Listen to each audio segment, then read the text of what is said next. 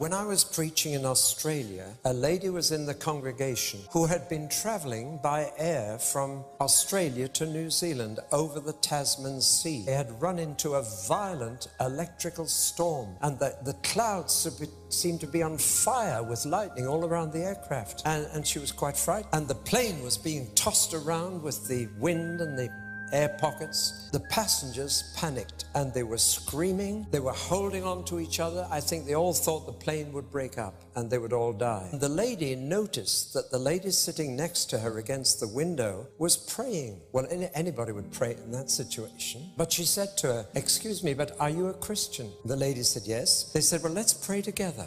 And together they said, "Lord, you stilled the storm 2,000 years ago. Please do it again. But please still the storm inside the plane as well as outside." And within 2 minutes, everybody in the plane was at peace and had stopped screaming and was sitting quietly. But the storm continued outside, and she had a camera, so she leant over across the new friend and she held the camera at arm's length against the window and pressed the trigger, hoping that she might get a picture of this extraordinary sight of the lightning apparently setting the whole sky on fire. Well, she took the film to be developed in New Zealand after she'd landed safely, because as soon as she took the photograph, the storm outside stopped as well, and they came into clear air and landed safely in New Zealand. She took the film to be developed, and the shop rang her up later and said, "Your photographs are ready, but will you please come and pick them up yourself? I want to talk to you." And when she went to collect the photograph, she said, "Why do you want to talk to me?" And the photographer said, "Where did you get this photograph?" And she told how she'd held the camera against the window of the plane and how the storm had stopped as soon as she took the photograph.